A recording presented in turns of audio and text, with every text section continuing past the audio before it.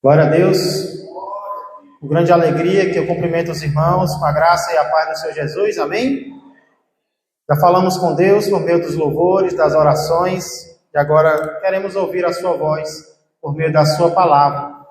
Para isso eu convido você a abrir a Sagrada Escritura no livro de Números, capítulo 22.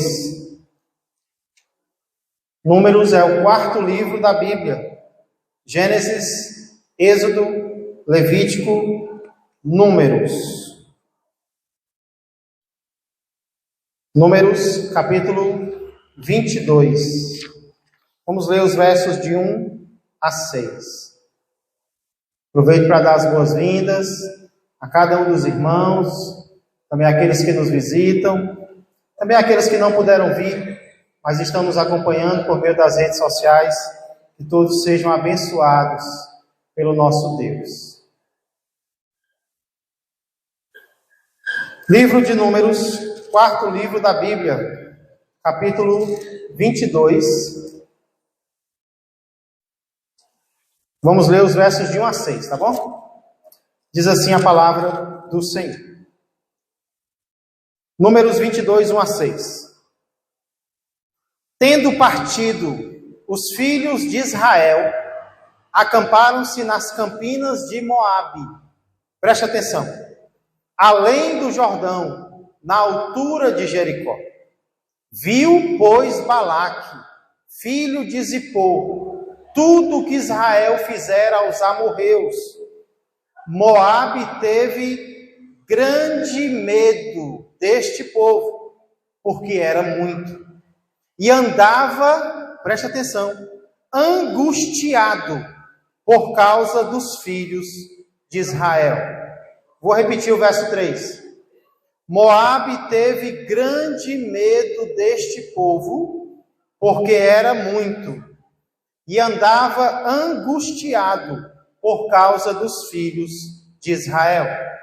Pelo que Moabe, verso 4, disse aos anciãos dos midianitas: agora lamberá esta multidão tudo quanto houver ao redor de nós, como o boi lambe a erva do campo. Balaque, filho de Zippor, naquele tempo era rei dos Moabitas. Verso 5. Enviou ele mensageiros a Balaão, filho de Beor, a Petor, que está junto ao rio Eufrates, na terra dos filhos do seu povo, a chamá-lo dizendo: eis que um povo saiu do Egito, cobre a face da terra, e está morando defronte de mim.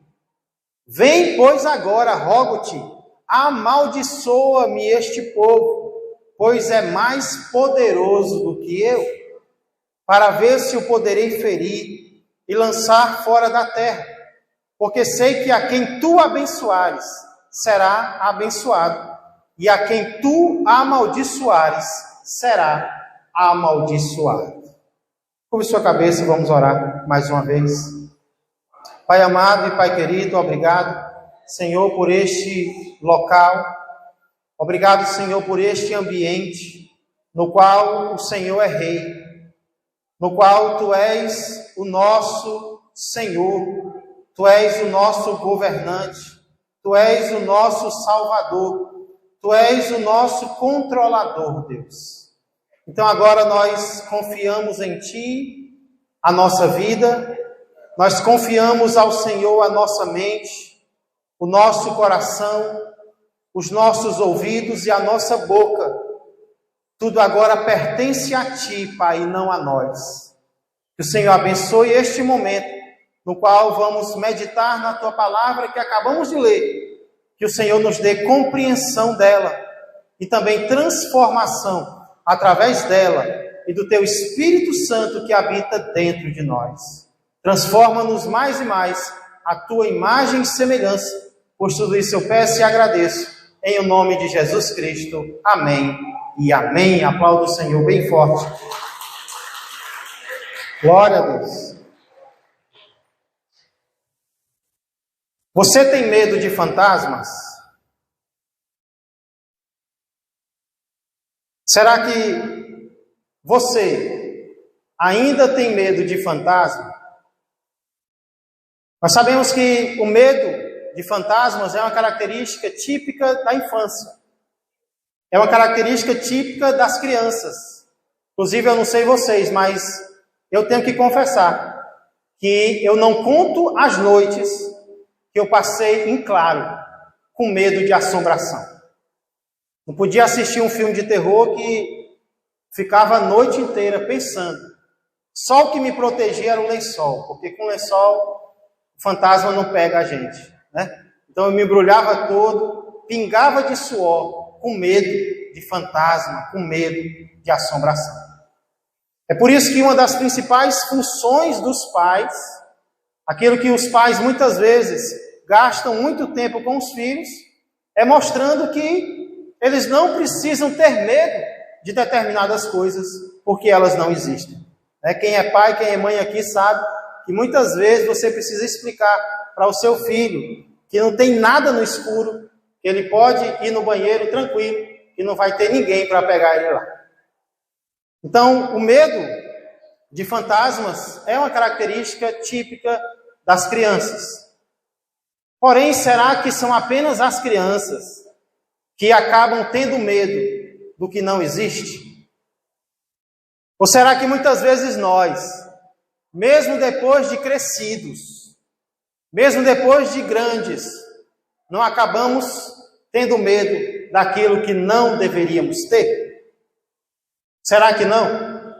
Será que hoje nós, adultos, não estamos com medo de fantasmas? Com medo do que não existe? Com medo do que não é real? É justamente sobre isso que nós iremos meditar hoje. Obrigado, Diácono Everardo. Irmãos, aqui nós lemos um texto que mostra que finalmente o povo de Israel está avançando. Depois de muitas falhas, depois de muitas caídas, depois de muitas derrotas, depois de vaguear 40 anos no deserto sem avançar, o povo de Israel finalmente está indo adiante. E nesse ir adiante, o povo de Israel se encontra agora de frente de um país chamado Moabe. O rei desse país se chama Balaque. E esse rei, quando ele percebe que o povo de Israel está de frente dele, ele sente medo. E é sobre o medo de Balaque, do povo de Deus, que nós queremos meditar hoje e aplicar isso às nossas vidas.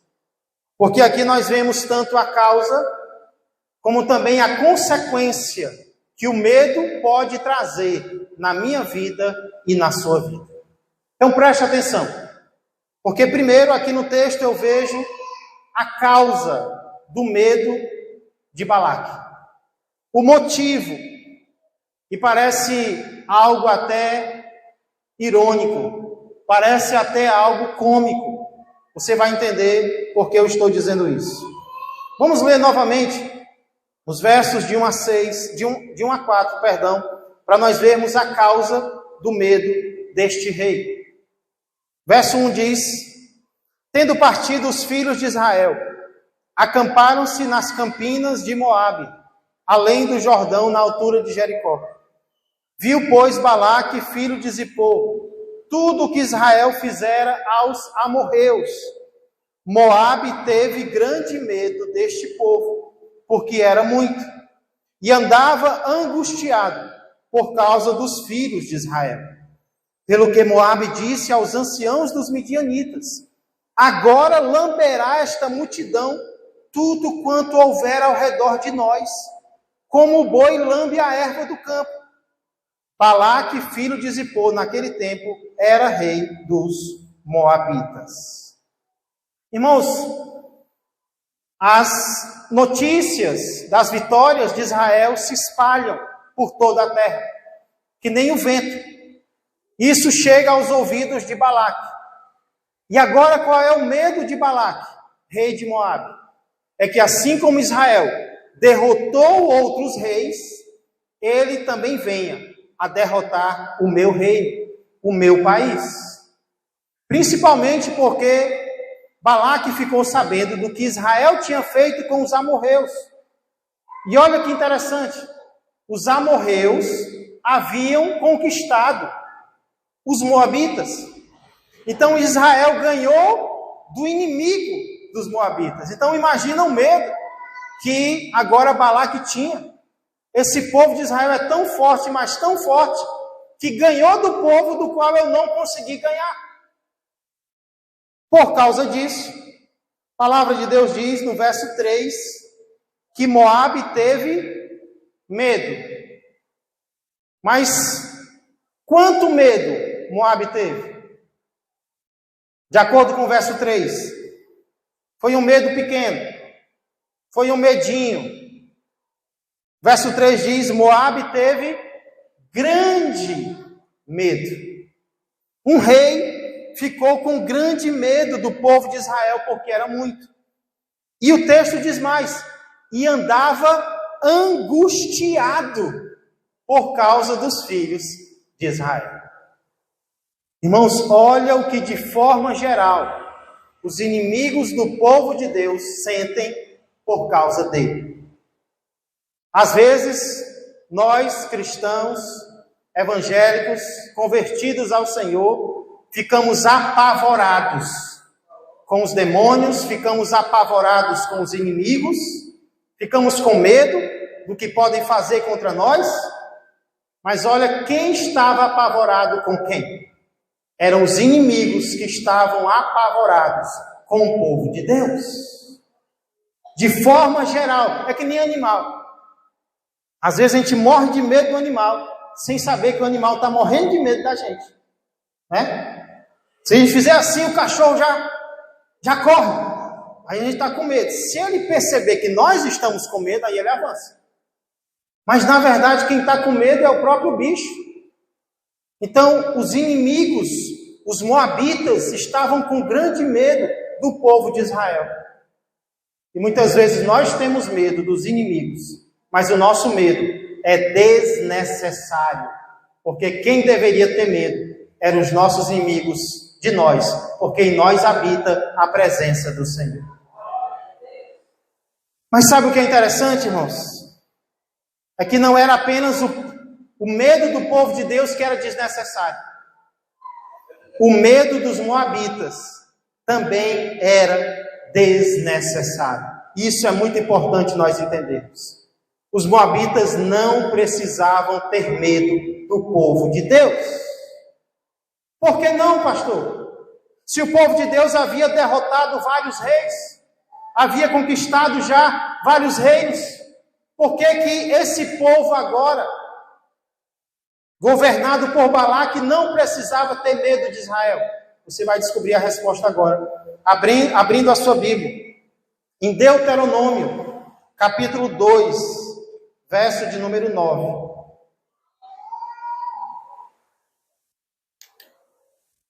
Quinto livro da Bíblia, o livro seguinte, Deuteronômio, capítulo 2, verso de número 9.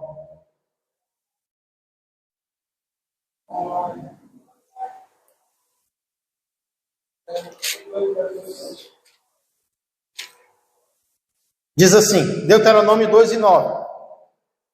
Olha, porque o povo de Moabe não precisava ter medo do povo de Israel. Deuteronômio 2 e 9 diz: então o Senhor me disse, não molestes quem? Moabe, e não contendas com eles em peleja, porque te não darei possessão da sua terra, pois dei-a em possessão aos filhos de Ló.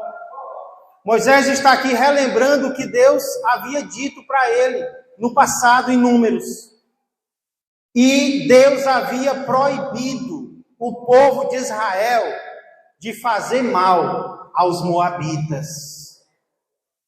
Deus havia proibido o povo de Israel de sequer lutar contra os moabitas, porque os moabitas eram descendentes de Ló, que era parente de Abraão.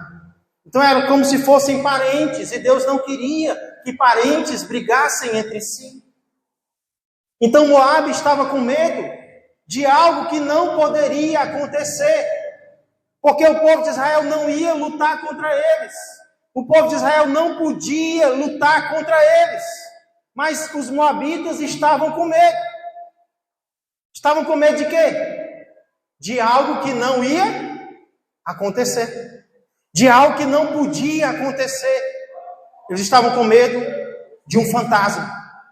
De algo que não existia. De algo que não era real. De algo que não era possível. Se nós formos trazer isso para as nossas vidas, será que muitas vezes os nossos medos não são parecidos com esses? Será que muitas vezes os nossos medos não são causados tão somente pela nossa própria imaginação? Porque Balaque imaginou, agora esse povo vai lamber a terra, que nem um boi lambe a erva. Eles vão acabar com tudo, inclusive com a gente. O que não ia acontecer, porque o próprio Deus já tinha dito que eles não podiam guerrear contra os moabitas. E muitas vezes, os nossos medos são fruto tão somente da nossa imaginação, daquilo que nós achamos que pode acontecer. Mas Deus não permitiu que aquilo acontecesse. Na verdade, Deus já havia até proibido que aquilo pudesse acontecer com cada um de nós. Muitas vezes, a causa dos nossos medos não é um perigo real, não é uma ameaça real, mas algo que nós tão somente imaginamos que seja. E muitas vezes, de uma forma especial, aqui nós vemos a facilidade que nós temos, sabe de quê? Indo um pouco adiante, meditando um pouco nisso, de imaginarmos coisas, ameaças onde não existem. Aqui nós vemos que muitas vezes nós vemos inimigos onde eles não existem. Moabe olhou para Israel e viu o que em Israel? Viu o que em Israel, igreja? Um inimigo. Israel era inimigo de Moabe? Não, era parente dele. E muitas vezes, aqui eu acho, irmãos, que tem a causa de muitos problemas que nós enfrentamos com outras pessoas. Muitas vezes nós enfrentamos problemas com outras pessoas, porque nós vemos nessas pessoas um inimigo nosso, uma inimiga nossa. Inclusive, no meio do povo de Deus, nós temos essa tendência, nós temos essa impressão de que, fulano não vai com a minha cara. Fulana tem algo contra mim. Eu mesmo, várias vezes já tive certeza que fulano de tal estava com raiva de mim. Teve um dia que eu não me aguentei, eu peguei o telefone e eu disse: meu irmão, nós podemos nos reunir para conversar? Ele: sim, pode ser amanhã. Eu disse: não, eu queria que fosse hoje, porque a Bíblia diz que quanto mais rápido, melhor. E aí eu fui lá para a casa do irmão, isso foi há muitos anos atrás. Eu fui para a casa do irmão e eu perguntei: meu irmão, me tremendo todinho, eu queria saber o que o irmão tem contra mim. E aí o irmão arregalou os olhos e começou a tecer elogios e dizer os problemas que ele estava enfrentando, e tanta coisa, e ele não sabia de onde eu tinha tirado a ideia de que ele tinha algo contra a minha pessoa. Quantas vezes, irmãos, isso não acontece comigo, isso não acontece contigo? Muitas vezes são impressões que o inimigo coloca em nosso coração. Eu não estou dizendo, porque eu sou pastor e eu sei, que os irmãos não podem causar problemas uns aos outros. Podem. Inclusive, Paulo diz que várias vezes ele enfrentou problemas com falsos irmãos. Tem irmão que é falso. Mas o que eu estou dizendo aqui, na maioria das vezes, muitos medos que nós temos, inclusive dos irmãos, não passa de impressões do nosso próprio coração. Não passa de imaginações que nós temos uns contra os outros. E essas imaginações, elas trazem consequências. Terríveis consequências, inclusive. Aqui nós podemos ver a consequência do medo de Balaque. Nós já vimos que a causa do medo dele não era uma ameaça real. Não, porque Israel não ia lutar contra eles. Era a imaginação dele, Balaque. Agora nós vamos ver que isso vai trazer uma consequência para ele. Como o medo também traz uma consequência para mim e para você. Que consequência é essa, pastor? Vamos ler os versos 4 a 6 novamente. Números capítulo 22. Para que o texto fique bem gravado no nosso coração. Olha o que o medo pode fazer na minha vida e na sua vida. Números 22, versos 5 e 6. Enviou ele quem? Balaque, o rei dos Moabitas, mensageiros a Balaão, filho de Beor, a Petor, que está junto ao rio Eufrates, era longe, na terra dos filhos do seu povo, a chamá-lo dizendo: eis que um povo saiu do Egito, cobre a face da terra e está morando defronte de mim. Vem, pois, agora, rogo-te, amaldiçoa-me este povo, pois é mais poderoso do que eu, para ver se o poderei ferir e lançar fora da terra, porque sei que a quem tu abençoares, será abençoado, e a quem tu amaldiçoares, será amaldiçoado. Balaque está tremendo de medo, que nem vara verde. E aí ele tem uma ideia brilhante, pelo menos para ele era uma ideia brilhante. Ao invés de enfrentar Israel, que ele achava que era inimigo deles, de forma militar, ele decide lutar contra Israel de forma espiritual. Olha a ideia desse homem. Aí para isso ele manda chamar Balaão, que era um vidente muito conhecido daquela época. E ele acha, na mente dele, por que ele chama Balaão? Porque ele acha que se Balaão amaldiçoar alguém, esse alguém vai ser amaldiçoado. E se Balaão abençoar alguém, esse alguém vai ser abençoado.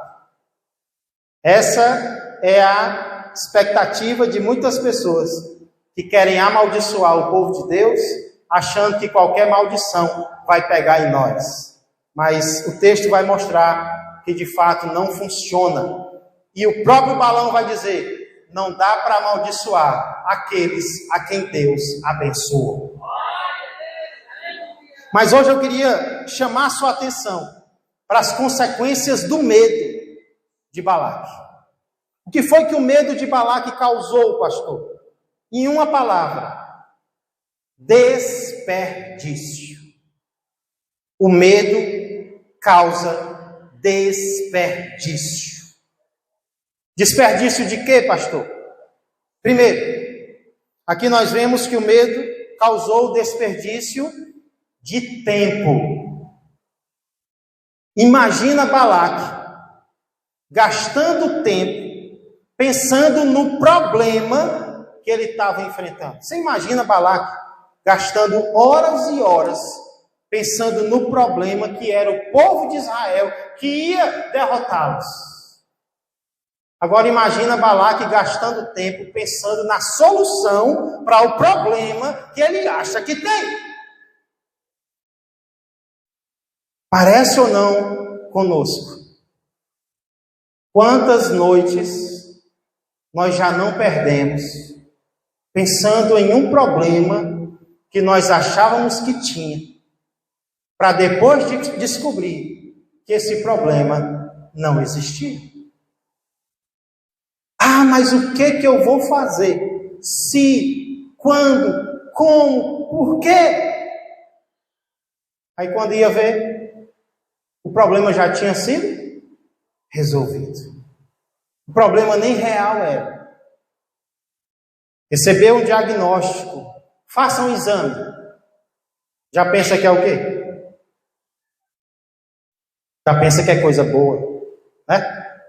É? Não, se sente uma dor, eita, é câncer. É algo ruim. Eu já estou em estado terminal, eu sinto, eu posso sentir, né? Aí quando vai ver, faz o exame, o médico diz, pode ir para casa, não deu nada. Perdeu horas e horas se preocupando com um problema que não existia. Balaque foi assim. Gastou tempo pensando em algo e na solução para o algo que ele achava que tinha. O medo causa desperdício de tempo. Talvez você vai lembrar de algo aí, um medo que você teve. E o tempo que você gastou pensando naquilo. E se hoje você pudesse voltar atrás, você não teria feito isso. Mas não é só desperdício de tempo, também desperdício de energia. Desperdício de energia, por quê? Porque tudo aquilo que gasta tempo consome energia.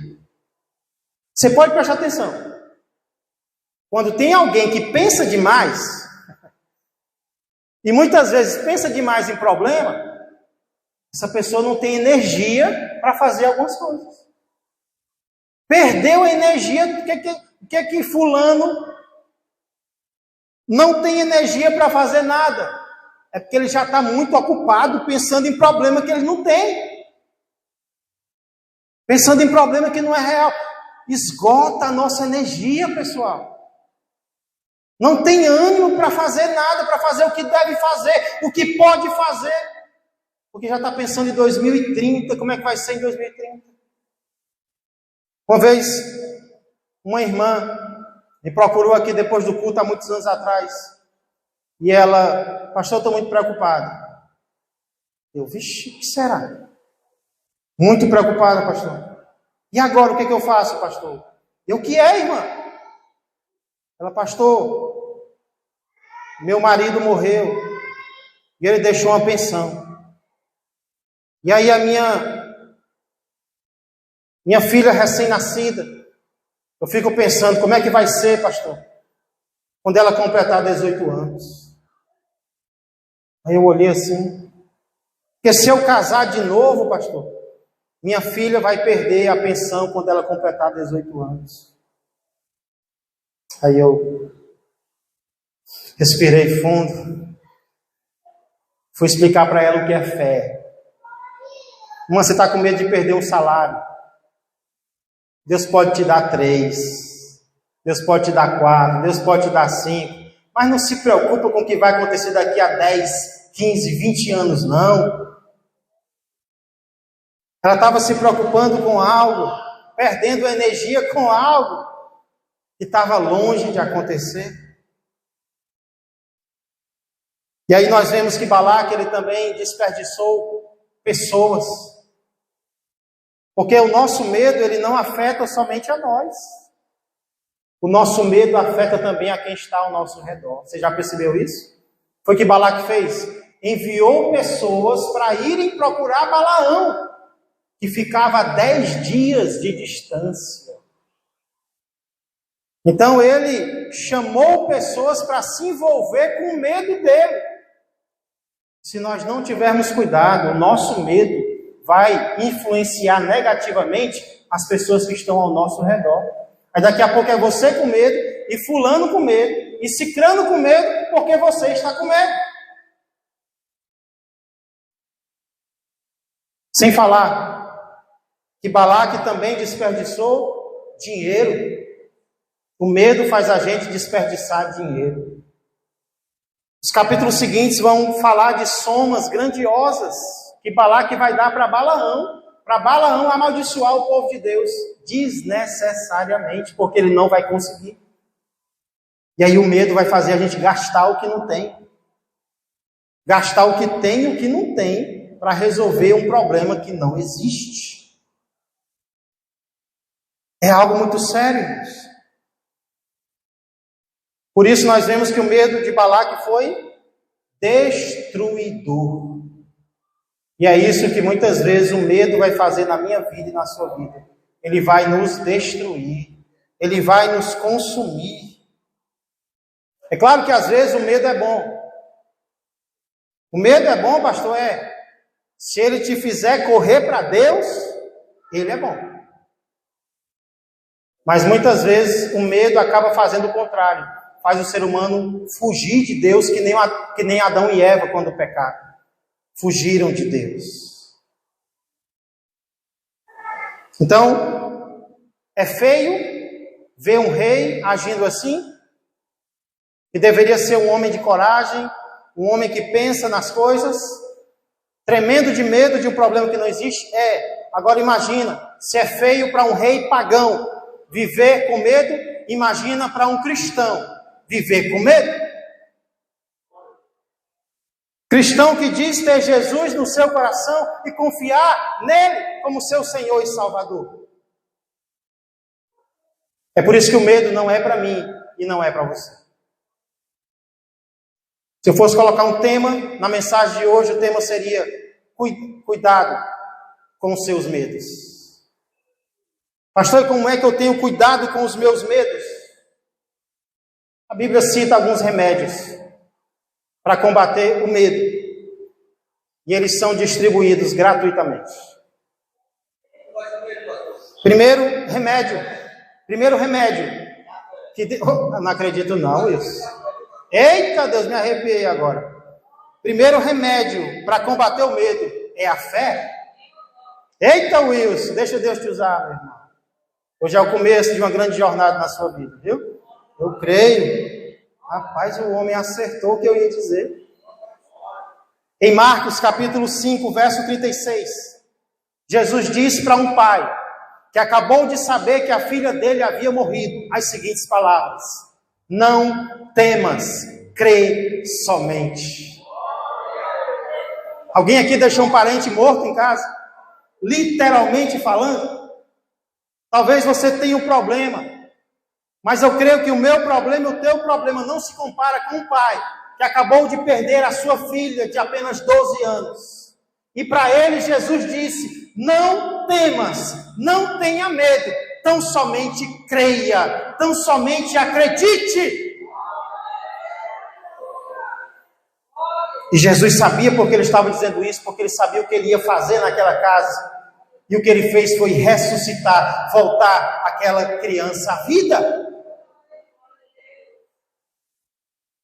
Quando a fé entra, o medo tem que sair. Muitas vezes o nosso coração está cheio de medo, porque está faltando fé. Está faltando confiança verdadeira e genuína no Senhor. Segundo remédio para o medo é o amor. Em João capítulo 4, verso de número 18, João diz que o perfeito amor lança fora o medo. O amor verdadeiro, perfeito, ele expulsa o medo de um coração. Isso é o que eu digo para algumas pessoas que estão precisando se dirigir a alguém, falar em público, estão com medo. O que eu digo? Ei, não pense no que as pessoas podem fazer contra você. Pense no que você pode fazer por elas. Quer perder o medo de falar com alguém? Pensa em algo de bom que você pode dizer para essa pessoa. E o medo vai-se embora. Quando o nosso coração está cheio de amor, ele está vazio de medo. Terceiro remédio para o medo é a comunicação. Às vezes nós temos medo de um irmão, de uma irmã. Mas Jesus disse que quando houver um problema, lá em Mateus 18 e 15, ele diz: vai até o teu irmão, conversa com ele, se for preciso repreender, repreende. Muitos medos se acabam quando os cristãos se reúnem para conversar. Basta sentar para conversar, para resolver muitas coisas. Será que você está precisando sentar para conversar com alguém? Talvez você está com medo dessa pessoa. Ou essa pessoa está com medo de você. E não é isso que Jesus quer. Ele quer que exista amor entre nós. Outro remédio para o medo, sabe qual é? Hoje é culto de quê? Culto de oração.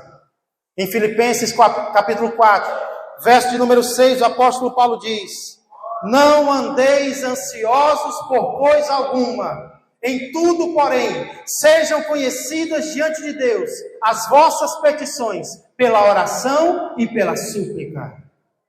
Não fique ansioso por nada. Ao invés de ficar ansioso, ora, pede, agradece, entrega ao Senhor. E aí no verso seguinte ele diz qual vai ser a consequência. Ele diz: e a paz de Deus, que excede, que vai além de todo entendimento, guardará o vosso coração e a vossa mente em Cristo Jesus.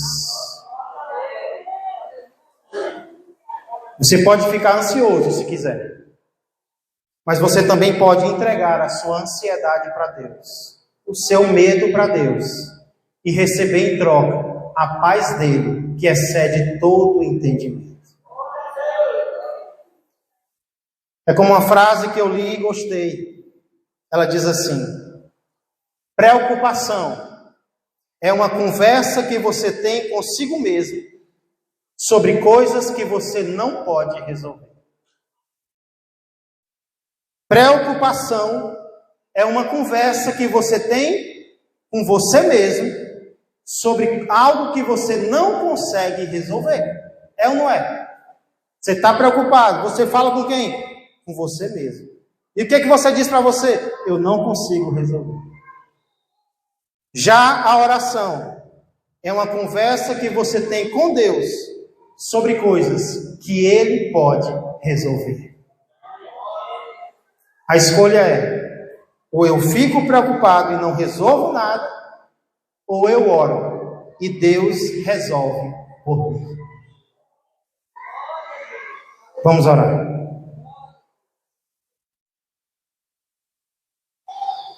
Quem quiser ficar de joelho nesse momento, para nós encerrarmos orando ao Senhor, agradecendo pela sua palavra, agradecendo pelos remédios, pelos recursos que Ele coloca à nossa disposição.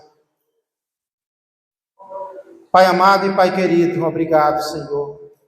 O Senhor sabe de que material nós somos feitos. E é um material tão frágil, Senhor. É um material que de manhã está alegre pelas respostas que o Senhor deu. E se não tiver cuidado, de madrugada está preocupado com aquilo que o Senhor ainda não fez. Senhor, muitas vezes nós temos que lutar contra os nossos próprios medos, Senhor. Contra aquilo que nós mesmos imaginamos. Aquilo que nós vemos, a nossa maneira errônea de olhar para as coisas e às vezes de olhar para as pessoas, Pai.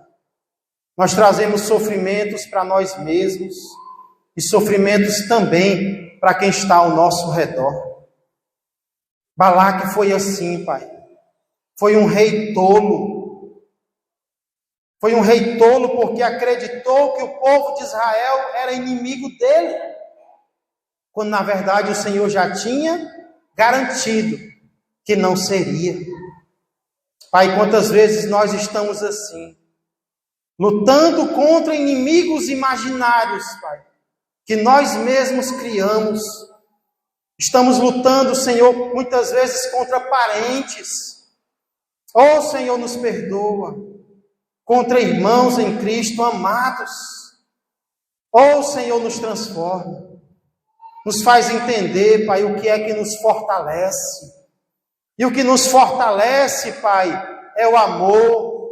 O que nos fortalece, Pai, é a fé, é a comunicação, é a oração.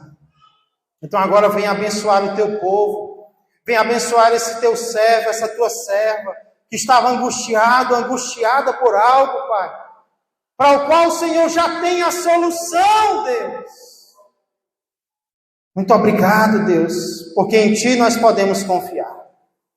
Agora, Pai, contempla o coração do Teu servo, da Tua serva.